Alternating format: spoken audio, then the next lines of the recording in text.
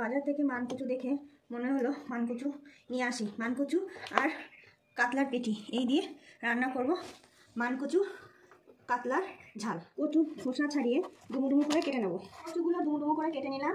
লবণ হলুদ দিয়ে সিদ্ধ 500 কচুতে 2 চামচ গোটা জিরে, 1 ইঞ্চি মতো, আর যেহেতু একটু কচু ঝাল ঝাল হবে তাই 5-6টা লঙ্কা একটা সিটি মেরে নামিয়ে নেবো।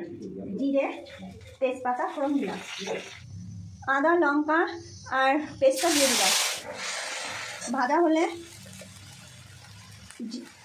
জিরের গুঁড়ো, হলুদ দিলাম, পরিমাণ মতো নুন দিয়ে সিদ্ধ করা আছে বলে হালকা একটু নুন দিলাম। চামচ লঙ্কার গুঁড়ো দিলাম কালারের জন্য।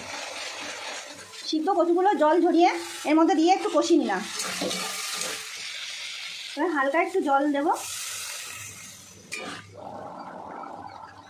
যখন ঝোলটা টকবক করে ফুটলো, প্রায় হয়ে আসছে, কারণ কচুটা সিদ্ধ করা আছে তো। এবার মাছগুলো ছেড়ে দেবো। কচু কাতলা মাছের ঝাল দেখুন কি দারুণ কালার হচ্ছে। এই কচু কাতলার ঝালটা আপনারা এই রেসিপি দেখে করে খাবেন, দেখবেন সত্যি সুন্দর হচ্ছে। আর আপনাদের যদি ভালো লেগে থাকে কমেন্ট, শেয়ার, লাইক অবশ্যই করবেন।